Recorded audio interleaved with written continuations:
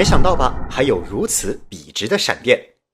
其实绝大可能这是人工引雷的现场，即在小火箭的屁股上连接一根细钢丝，如果钢丝的头部发生尖端放电，那就能把雷给引下来。细心的小伙伴还会注意到，在没有钢丝的部分，闪电依旧是熟悉的弯弯折折。这是什么原因？为什么自然的闪电不走直线呢？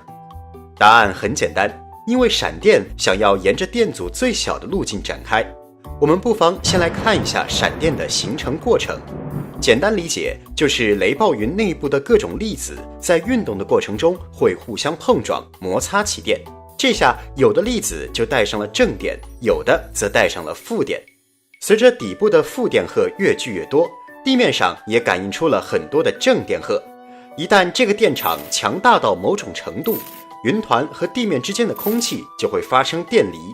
负电荷刷刷地从云团流向大地，而那条导电通道就是我们看到的闪电。但是因为大气中的电离物质分布的并不均匀，各个区域的温度和湿度也不一样，所以如果电流想要沿着周边空气中电势降低最快的方向传播，路径难免就弯折了起来。这就好比你往装满沙子的玻璃杯里倒水，它不会直直地流下去，而是避开了阻力大的区域，分散开来，呈树枝状向下渗透。那话说回来，科学家们为什么要人工引雷？是想利用它吗？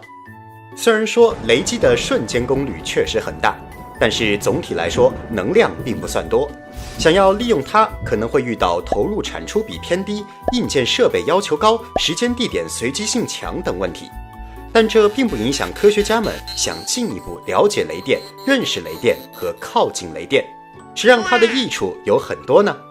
比如可能促进了原始生命的出现，能够形成天然氮肥，增强植物的光合作用和呼吸作用，可以净化空气。最后这点完全可以应用到我们的日常生活当中。前面提到，闪电会把大量的负电荷带向大地，这里的负电荷非常关键。咱们来看一个实验，容器里满满的都是烟雾，这个时候打开里面的负离子发生器，很快瓶子里的景象就变得清晰起来。这是因为负离子很容易与空气中带正电的尘埃相互吸附，形成容易沉降的重离子。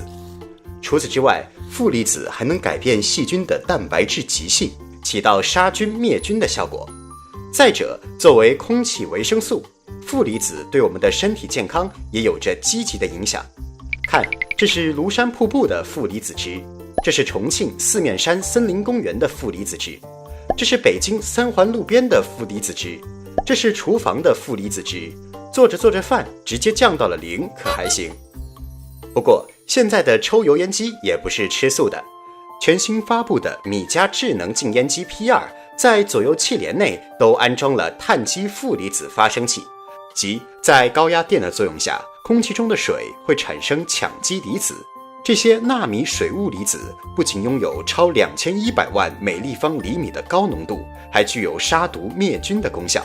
随着气帘风幕的吹动，它们被送达整个厨房空间，在净化空气中 PM2.5 的同时，也抑制了灶台或者厨房表面细菌的滋生，24小时保障厨房空气健康。再加上国际领先的专利、动态微粒补给技术和升级的气动力系统，可以更好地做到禁烟排烟效果，即使是爆炒辣椒也闻不到味道，让我们拥有最好的烹饪体验。